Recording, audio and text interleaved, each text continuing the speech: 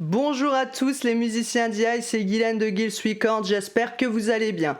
J'ai décidé de vous faire cette petite vidéo parce que je me rends compte que l'industrie musicale est un peu complexe pour beaucoup de monde. J'ai déjà fait une formation gratuite, vous trouverez le lien dans la description, pour essayer de vous expliquer les différents types de contrats et les intervenants et acteurs du milieu de la musique. Aujourd'hui, ce que je veux vous montrer, c'est comment simplifier les choses pour que vous vous rendiez compte que l'industrie musicale n'est pas bien différente des autres métiers ou des autres entreprises et que chaque domaine ou secteur dans lequel vous allez travailler fonctionne totalement de la même manière. Alors vous allez me dire, mais Guylaine, mais moi je fais de la musique, c'est de l'art, c'est pas pareil que les autres, on vend pas la musique, nous on veut juste créer et puis trouver une maison de disques qui fait le reste pour nous. Eh bien, je vais vous expliquer pourquoi c'est pas si différent que les autres entreprises. C'est parti.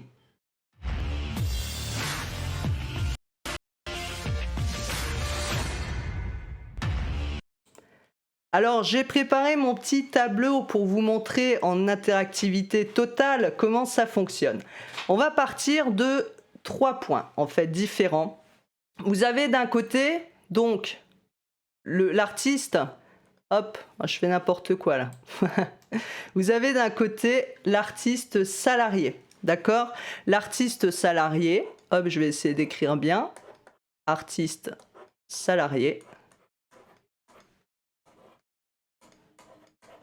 Donc l'artiste salarié qui travaille en général, où j'écris pas très bien, qui travaille en général dans les maisons de disques ou pour un label. De l'autre côté, vous avez l'artiste qui travaille pour des prestations, qui est plutôt, on va mettre intermittent, même si c'est un usage, parce que intermittent ne veut pas forcément dire musicien, hein. Il y a des intermittents, des techniciens, il y a des intermittents dans le cinéma, dans la musique, etc. C'est le régime social plutôt, mais on va dire les intermittents pour bien différencier. Et puis vous avez aussi l'artiste entrepreneur. Moi, dans mes formations et mes contenus, je fais pour que vous deveniez entrepreneur de votre musique.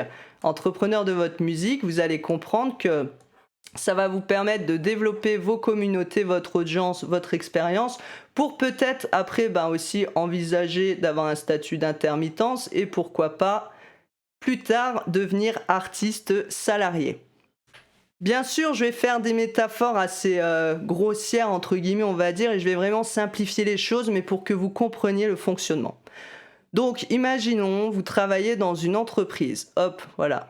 Donc, c'est une petite maison, c'est une entreprise privée. On n'est pas dans la musique ici, on est dans tous les domaines. Donc, vous avez une entreprise X pour laquelle vous voulez travailler en tant que salarié. D'accord? Entreprise X. Pour postuler dans cette entreprise, donc vous allez faire ce qu'on appelle un CV. Forcément, vous avez une offre d'emploi et l'entreprise va dire, bah voilà, nous on cherche, hop, donc futur salarié. Vous allez répondre ici à une offre d'emploi. Vous allez voir que c'est la même chose pour la musique. Une offre d'emploi ou une candidature spontanée. Je vais mettre carrément offre d'emploi ou spontanée. Et quand vous allez écrire à cette entreprise, eh bien, elle va vous demander d'avoir, hop, dans votre CV, quelle est votre expérience? Donc, expérience. Et quelles sont vos compétences?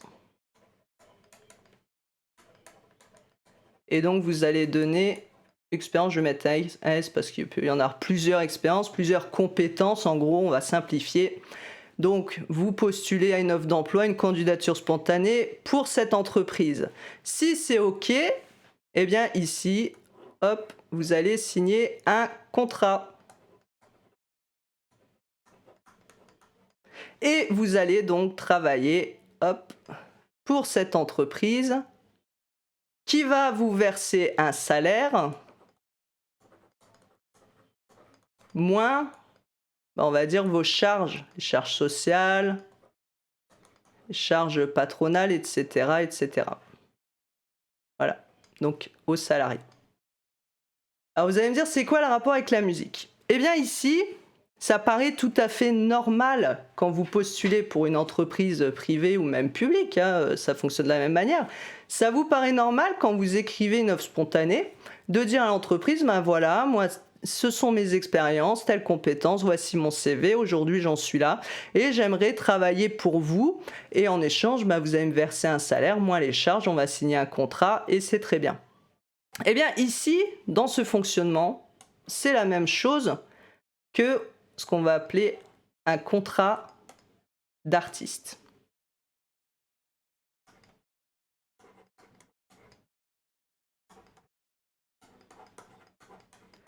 Le contrat d'artiste dans la musique, c'est quoi? Eh ben, c'est vous, vous êtes un artiste. Vous écrivez, hop, je vais ici décaler un peu. En tant qu'artiste, vous allez écrire donc, hop, à une maison de disques, je vais mettre MD, maison de disques, ou un label, un gros label, qui signe des contrats d'artistes. Donc le contrat d'artiste, hop, hop, hop. Et forcément, le label va vous dire, eh ben écoute, c'est très bien, tu veux signer en tant que contrat d'artiste chez nous, tu veux faire toi ton métier, donc comme ici un salarié, il fait juste son métier, il est payé par l'entreprise, il touche son salaire. Eh bien un artiste, quand il veut travailler en maison de disque ou label, il signe un contrat d'artiste et ensuite le label va lui verser son salaire moins les charges. Et les charges, ça va être quoi ici? Eh bien les charges ici, pour l'artiste, ça va être tous les frais que le label va pouvoir avoir. C'est-à-dire les frais, donc je le mets dans les charges, ça va être les frais de la promotion, donc ça va être les attachés de presse, la pub, les campagnes publicitaires, les médias sociaux. Ça va être aussi les attachés de presse. Ça va être la promo, ça va être aussi la distribution. Donc tout ça, ça va coûter de l'argent à la maison de disques et au label. Et forcément, ça va être répercuté sur votre salaire. Donc vous êtes salarié de la maison de disques et du label comme un salarié d'une entreprise. Et la maison de disques et le label a droit de vous, par son contrat, de vous demander de réaliser certaines choses. C'est pour ça que vous n'êtes pas vraiment indépendant dans ce cas. Puisque vous faites un contrat d'artiste, vous devez répondre aux exigences de la maison de disque ou label. Et c'est pour ça, par exemple, qu'on a beaucoup d'artistes qui se retrouvent à sortir des albums qui ne correspondent pas forcément à ce qu'ils souhaiteraient faire, parce qu'ils doivent répondre aux demandes de la maison de disque par rapport à son cahier des charges. Nous avons ensuite le deuxième cas. Vous pouvez être salarié d'une entreprise, on a vu c'est comme un contrat d'artiste dans une maison de disque. Et ensuite, vous pouvez aussi très bien travailler dans votre vie comme intérimaire ou vacataire. C'est quoi un intérimaire ou un vacataire? Eh bien, ils vont travailler pour plusieurs entreprises. Donc, plusieurs entreprises ou plusieurs employeurs. On va mettre plusieurs employeurs. Et les vacataires ou intérimaires, ce sont des contrats courts. Ou à durée, on va mettre des contrats courts ou à durée déterminée. Donc ce pourrait être même, on pourrait dire intérimaire, vacataire ou des personnes en CDD, à durée déterminée. D'ailleurs, je vais rajouter ici CDD, comme ça ce sera peut-être plus clair aussi pour vous. Donc pour ces employeurs, ici vous êtes toujours salarié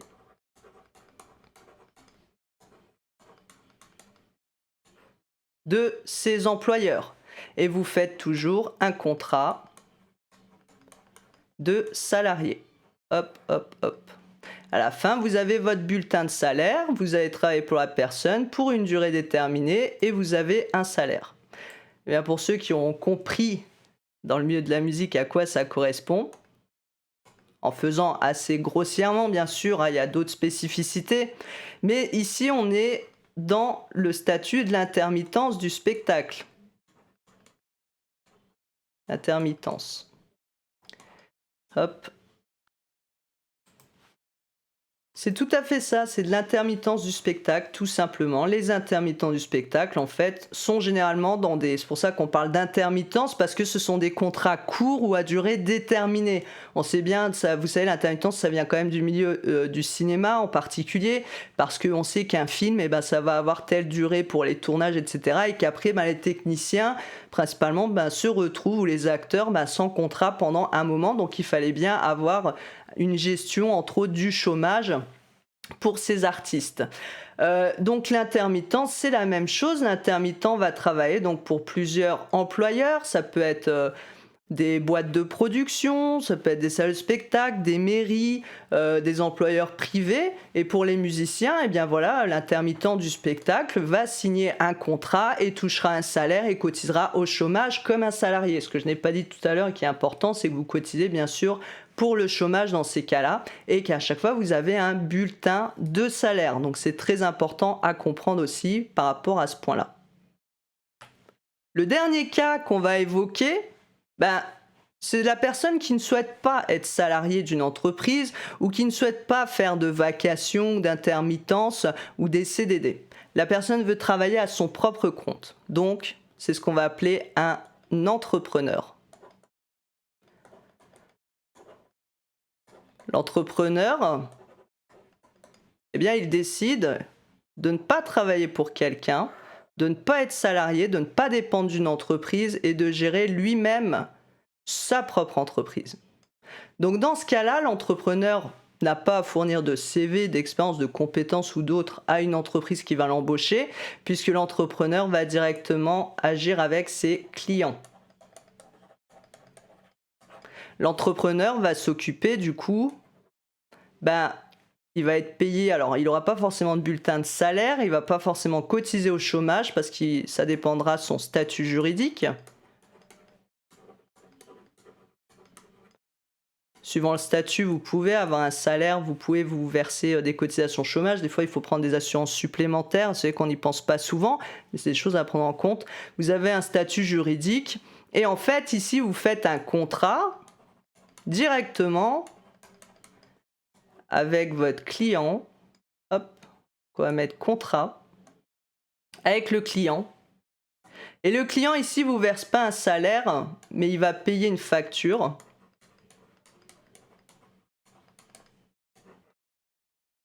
Sur laquelle vous allez payer encore des charges. Et après, vous vous reverserez un salaire suivant le statut juridique dans lequel vous êtes. Si vous êtes en auto-entreprise, il n'y a pas de salaire. En fait, vous avez ici un chiffre d'affaires directement que vous déclarez aux administrations fiscales. Et les charges ne sont pas déductibles. Donc ça, c'est un autre statut intéressant pour ceux qui souhaitent vraiment entreprendre et être à leur compte pour gérer.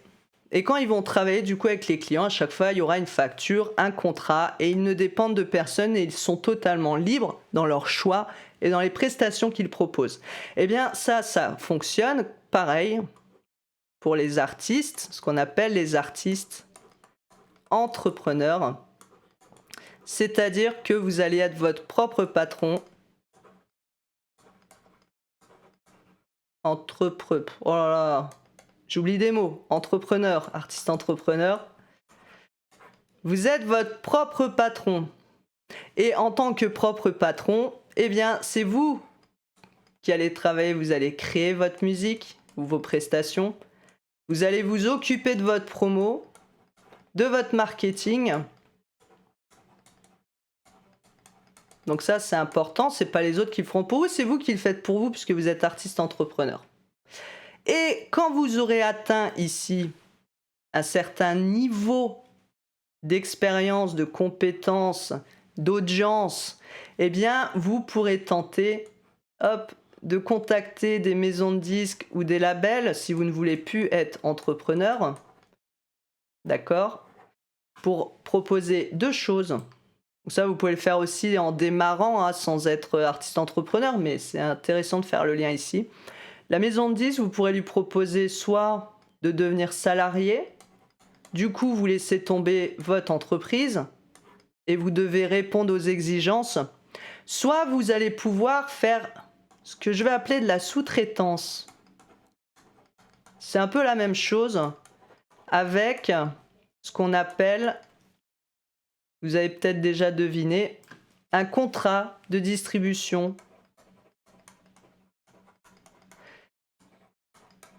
Hop. Et ça veut dire quoi? Ça veut dire que vous allez sous-traiter la maison de disques. Vous allez sous-traiter la maison de disques pour...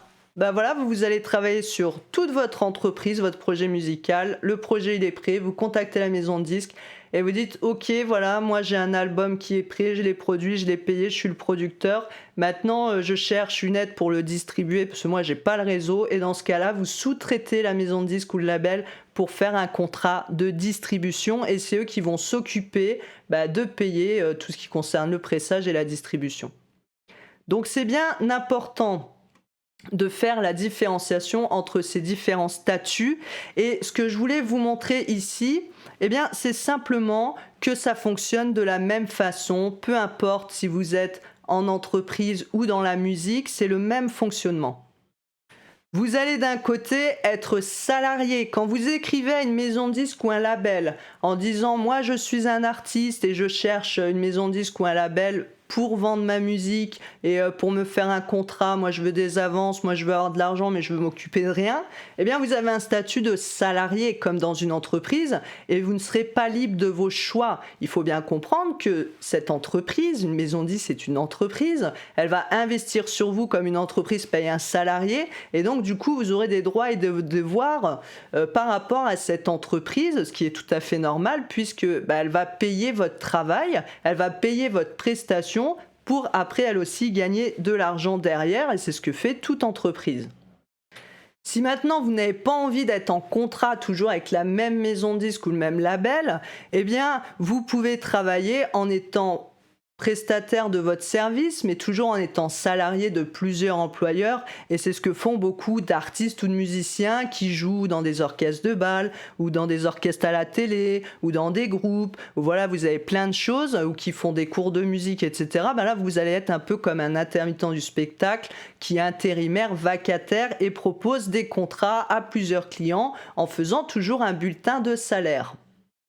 Et pour terminer, vous avez l'entrepreneur de la musique qui lui va se développer tout seul, va payer sa promo, son marketing, va proposer ses prestations directement aux clients avec qui il a envie de travailler. Donc ça c'est bien parce que vous n'avez pas de contraintes comme quand vous êtes salarié, vous êtes à votre propre compte.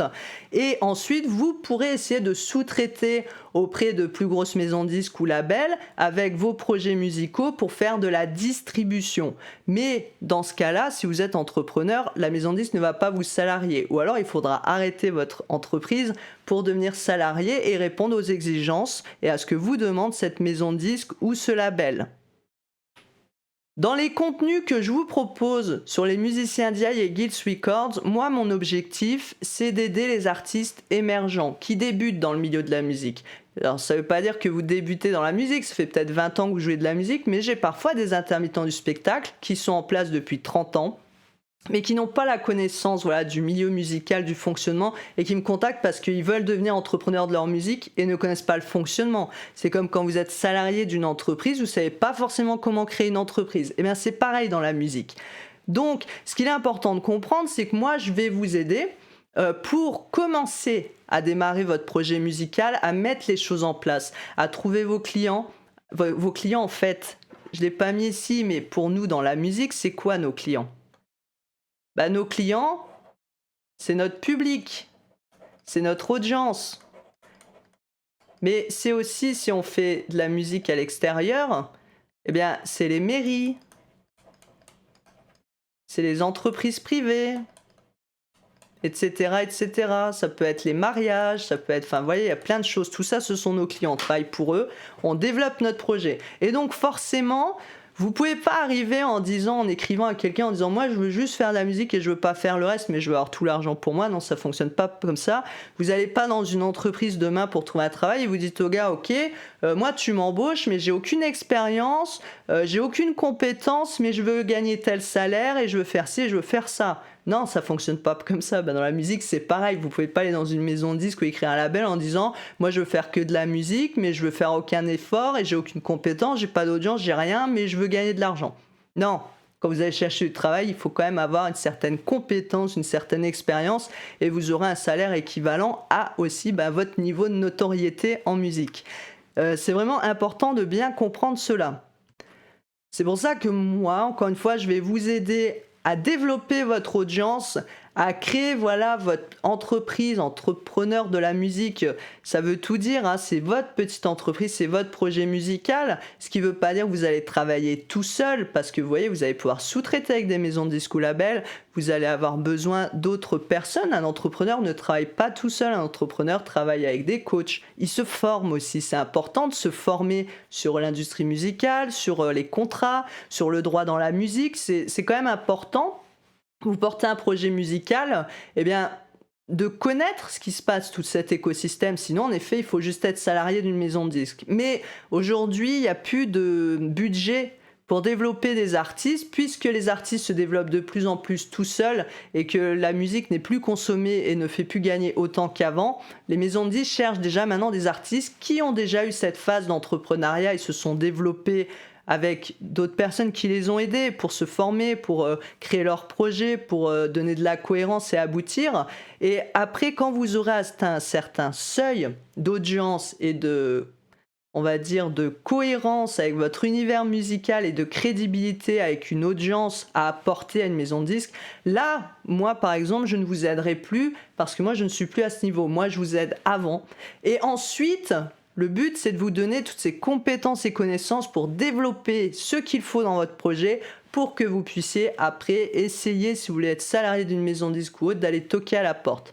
Dites-vous bien que c'est comme dans tout travail, des artistes mettent 5 ans ou 10 ans parfois à se construire, à se développer, à tourner sans qu'on les connaisse pour commencer à être connus entre guillemets. Et je sais que la plupart de ceux qui me suivent, vous qui me suivez, souvent vous travaillez à côté en dehors de la musique et votre plus grand plaisir surtout c'est d'avoir de la visibilité pour qu'on découvre votre musique, vos compositions et trouver votre audience. C'est toujours le plus compliqué, c'est de trouver son audience.